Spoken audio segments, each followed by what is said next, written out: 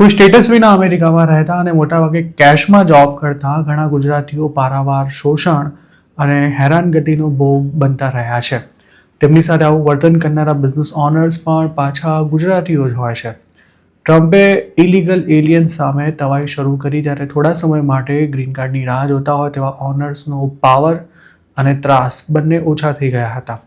તેવી જ રીતે દાદાગીરી કરતા ઇલીગલ એમ્પ્લોઈઝ પણ સીધા દોર થઈ ગયા હતા. જોકે હવે એકાદ વર્ષમાં જ બધો એક ખેલ ફરી પહેલાંની જેમ જ શરૂ થઈ ગયો હોય તેવી સ્થિતિ જોવા મળી રહી છે. ખાસ તો જે લોકો પાસે વર્ક પરમિટ નથી તેમને ઓનર્સ સામે ભાઈ બાપા કર્યા વિના કોઈ છૂટકો નથી રહ્યો અને કેટલાક ઓનર્સ આવા એમ્પ્લોઈઝનો ભરપૂર ફાયદો પણ ઉઠાવી રહ્યા છે.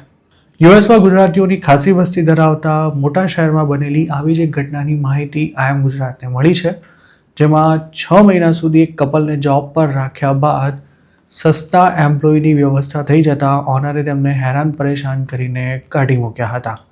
6 મહિના સુધી બધું જ સમૂહસૂત્રું ચાલ્યું હોવા છતાં પણ ગરજ પૂરી થતાં જ ઓનરે તેમના કામમાં વાંક કાઢવાનું શરૂ કર્યું હતું અને પછી તેમના પર પૈસાની ગોલમાલ કરવાનો પણ આરોપ લગાવવામાં આવ્યો હતો.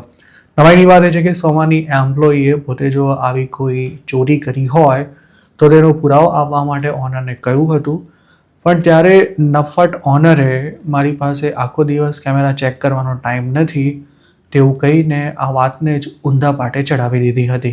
લગભગ એકાદ મહિના સુધી માથાકૂટ ચાલ્યા બાદ આ કપલે કંટાળીને જોબ છોડી દીધી હતી, પણ તેમણે નવી જોબ શોધવાનું શરૂ કર્યું. ત્યારે બધું ફાઇનલ થયા બાદ પણ અમુક લોકોએ જોબ આપવાનો ઇનકાર કરી દેતા તેમને આ મામલો શંકાસ્પદ લાગ્યો હતો.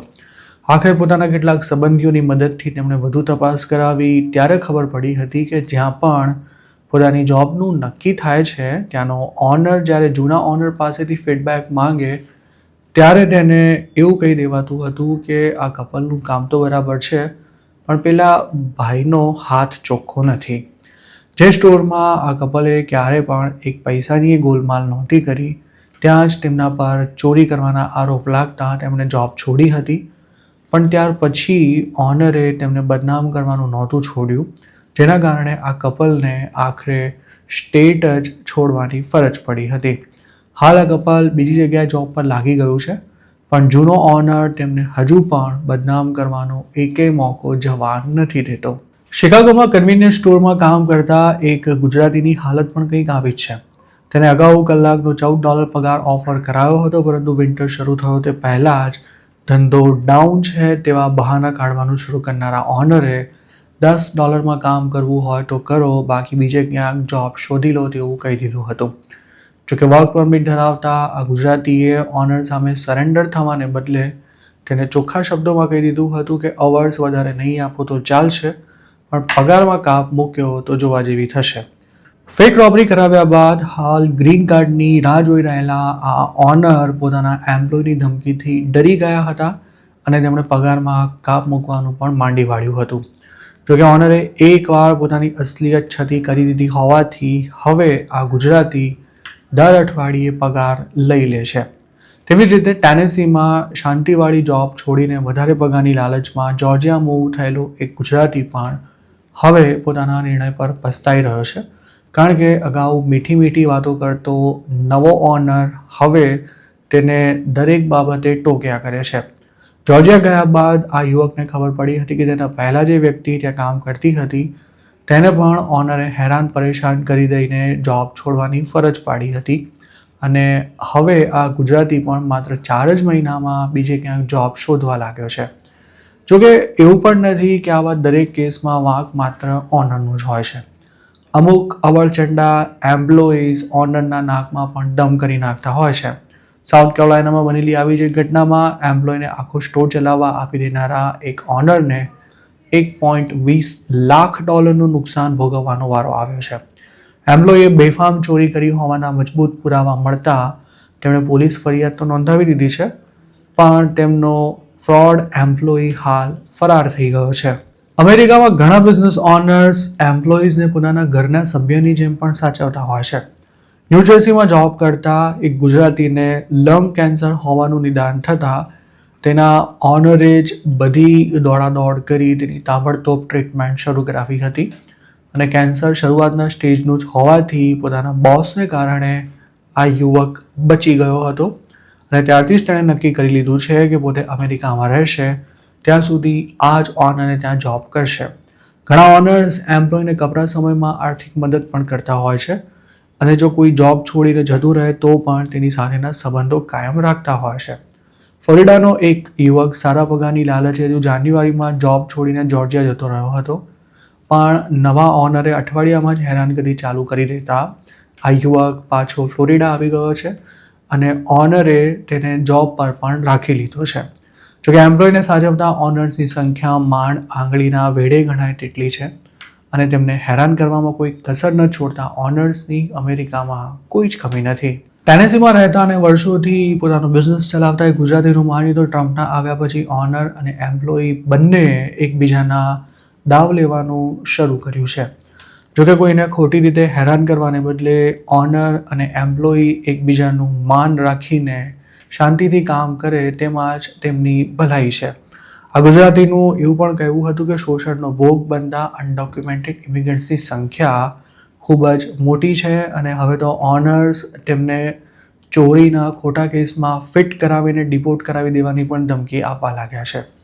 જો કોઈ એમ્પ્લોયી ગાંઠે નહીં તો તેના ફોટા સાથેના સાચા ખોટા મેસેજીસ પણ વોટ્સએપ પર ફરતા કરી દેવામાં આવે છે, જેના કારણે તે એમ્પ્લોયી એટલો બધો બદનામ થઈ જાય છે કે તેના માટે જોબ શોધવું જ મુશ્કેલ બની જાય છે. ડિપોર્ટેશનના ડર વચ્ચે હવે તો અમુક એમ્પ્લોઈઝ અમેરિકામાં લાંબો સમય રહેવા નહીં મળે તેવા વિચાર સાથે થાય તેટલું કમાવી લેવા માટે પણ ગમે તે કરતા થઈ ગયા છે અને આ જ કારણને લીધે બેફામ ચોરીઓ થવા લાગી છે. ફ્લોરિડામાં સ્ટોર ચલાવતા એક ગુજરાતી બિઝનેસ ઓનરનું માનીએ તો વિશ્વાસુ અને મહેનત કરે તેવા માણસો મળવા હવે ખૂબ જ મુશ્કેલ બની ગયું છે. તેમાં જે યંગસ્ટર્સ છેલ્લા 2-3 વર્ષમાં અમેરિકા આવ્યા છે તેમને તો કોઈ મહેનત કર્યા વિના જ સ્ટોરના માલિક બની જવું છે અને આવા લોકો જ સૌથી વધારે ચોરીઓ કરતા હોય છે.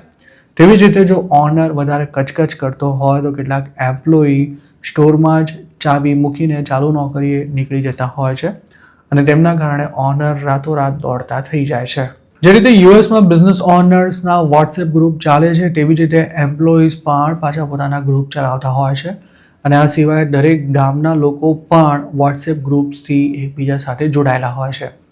જેમ ઓનર્સ ચોરીના સાચા ખોટા આરોપમાં વોટ્સએપ ગ્રુપમાં જ એમ્પ્લોયીને બદનામ કરતા હોય છે, તે જ રીતે એમ્પ્લોયી પણ આ જ રીતે ઓનર્સના દાવ લેતા હોય છે અને ક્યારેક તો તેમના ચારિત્ર પર પણ કાદવ ઉછાળવામાં આવતો હોય છે. તેમાં જો કોઈ ઓનરની દુખતી નસ એમ્પ્લોયના હાથમાં આવી જાય તો એમ્પ્લોય તેનો બરાબરનો ફાયદો લઈ લેતો હોય છે. ઓનરના આવા જ શોષણનો ભોગ બનેલા અને હાલ ઓહાયોમાં રહેતા એક ગુજરાતી યુવકનું માનીએ તો કોઈ ગુજરાતીને દેશીને ત્યાં કામ કરવું જ નથી હોતું, પણ મજબૂરીના માર્યા તેમને આમ કરવાની ફરજ પડતી હોય છે. જેમની પાસે વર્ક પરમિટ આવી ગઈ છે તેઓ હવે દેશી ઓનર્સની ગુલામી કરવાને બદલે એમેઝોન કે વોલમાર્ટમાં જોબ કરવાની સાથે બીજા ઓપ્શન્સ પણ શોધી લે છે. આ યુવકનું એવું પણ કહેવું હતું કે અમેરિકામાં લાખો ડોલર કમાતા દેશી બિઝનેસ ઓનર્સ બહારથી ભલે પોતે અમેરિકન હોવાનો દેખાડો કરતા હોય પણ તેમની માનસિકતા પોતાના કર્મચારીનું થાય તેટલું શોષણ કરી લેવાની જ રહેતી હોય છે. સ્ટોર કે મોટેલમાં કામ કરતા એમ્પ્લોઈઝને આ લોકો ઘરઘાટીની જેમ ટ્રીટ કરતા હોય છે અને પોતાના ઘરના સાફ સફાઈના કામ પણ તેમની પાસે કરાવતા જરાય નથી અચકાતા, પણ પગારની વાત આવે ત્યારે તેમના હાથમાંથી $1 પણ વધારાનો નથી છૂટતો હતો.